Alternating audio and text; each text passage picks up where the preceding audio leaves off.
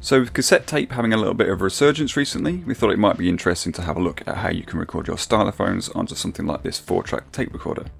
So these were around before it was easy to record onto our computers. So you just get a deck like this, you'd plug your instruments in, and then you'd insert a blank tape, and all your recordings would be made onto this. But these work a little bit differently to the way that commercially available cassettes were recorded, so let's have a look at the technical differences quickly. So commercially available albums like this that you'd buy from a shop would be played back in stereo, with side 1 containing half the album and then side 2 containing the other half of the album. So there's a stereo track on each side. This differs from the way that 4-track works, in that when we put our tape into a 4-track recorder, we've just got one side, so all our audio is recorded onto the entire width of the tape. If we were to turn this over and play it back, it would play back in reverse. So what's actually going on here? So if we gently pull the tape out of this cassette, we can see that this piece here is clear. This isn't recordable, this is just a leader tape that protects the recordable part of the cassette. And then we can see it turns dark. So this is very narrow obviously, but there's still enough room on here for 4 tracks. So 2 stereo tracks recorded on one side of the tape and 2 on the other. If you take a close look at this tape head in this photograph, you can see there's 2 little lines. These line up with one far side of the cassette, and when you turn the cassette over, these line up with the other side of the tape. So what a 4-track has is a tape head with 4 of these little lines, so it can run across all these 4 tracks at once. Recording across all 4 tracks at once like this also has the effect of halving the amount of space there is on each tape. This is a 90-minute tape, but that refers to 45 minutes on each side.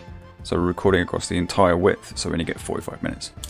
This deck, and some others like it, also passes the tape past the head at double speed. So actually I only get 22 minutes or thereabouts onto my tapes recording on this machine.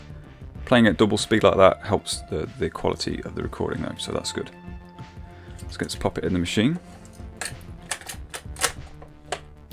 So this tape is completely blank at the moment, so if we were to start recording one track and then go back and record another one, we wouldn't know where we need to start playing because there's no way to sync our tracks up by ear. We'd have to start playing something and then get into the rhythm and then start playing something else. So what's best to actually do is to record a click. I like to do this with a metronome or a drum machine, so I'll just show the metronome on this just to make it simple. This is something you can download an app onto your phone to do. I would run a headphone plug directly into one of the inputs on the front here from a phone, but I know a lot of people don't have that option anymore. This machine has a nice built-in microphone, but I've realised today that it's not working anymore, so I'm just going to plug in a mic into channel 1. That's what we need, is it connects us with the big 1/4" plug on it, like this, on this machine anyway. And then I'm just going to put the microphone here somewhere, and then I'll load up my metronome map. So just to test our levels, we can press pause so that the tape won't move, and just press record. We then need to arm one of the tracks, so let's arm track 1. These 4 sets of LEDs represent the 4 different tracks we're going to record onto. And then I'll just start the metronome, and then I'll turn up this level here and we should see it appear.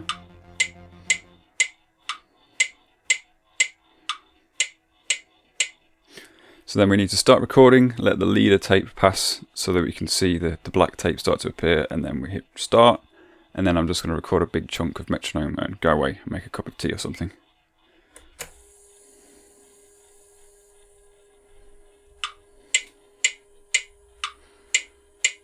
So now I've done that, I've stopped it recording, I've rewound the tape already. I can disarm that track 1 and I can pull this input fader down. These knobs now control the level that the tracks play back at, so we can turn these ones down because they're empty. So this is track 1, and this will be the volume of track 1.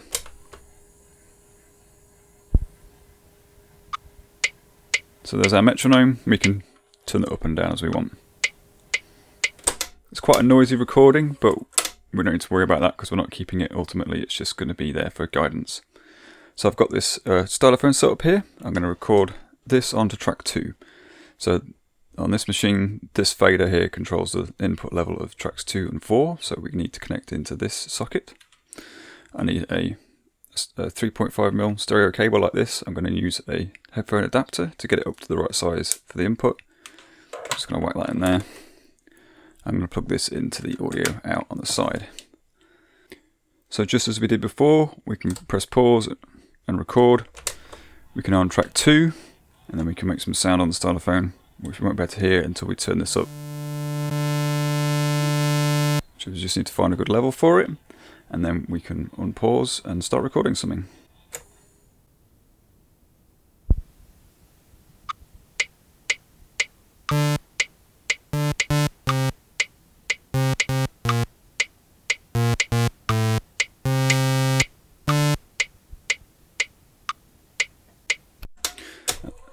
And there we go, we've recorded our second track using the Stylophone.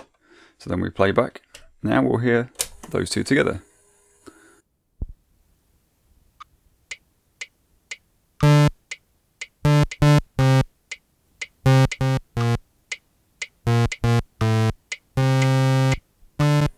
Like that. So now we just repeat that process and we can keep layering up tracks.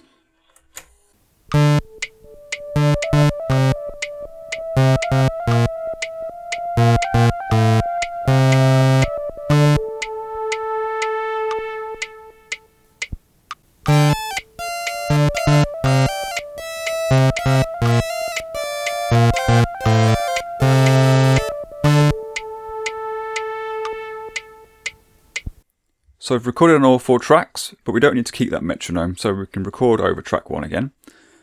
So for the last track, I'm going to do something slightly experimental. I'm going to plug the headphone output from the 4-track into the auxiliary input on a Gen X-1. And then I've got another cable prepped that's going to go into track 1 from the headphone output. And I've got this patch set up here that's got delay turned on and a bit of modulation using the filter. So we're just going to create an effects track basically. So this is like a send and return. So all our 3 tracks are going to play through this and then back into track 1.